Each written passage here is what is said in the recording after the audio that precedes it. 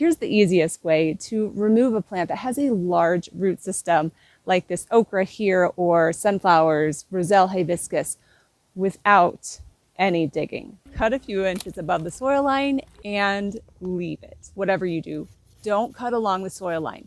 Not only does it take longer to cut at the thickest point of the stem, but it is extremely dangerous if you have an irrigation system in place like this Garden in Minutes garden grid. As you can see, a Sawzall makes quick work of this okra trunk, and I do not want a Sawzall anywhere near the garden grid. Nicking it would be an expensive mistake. Cutting a few inches above the soil level also conveniently leaves you with a handle to pull out a month or 6 months later. Oh, that one's not quite ready yet.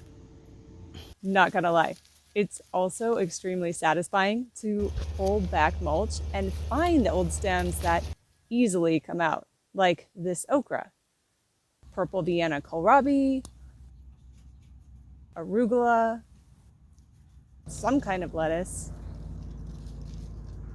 and whatever else is easier to cut and leave in place.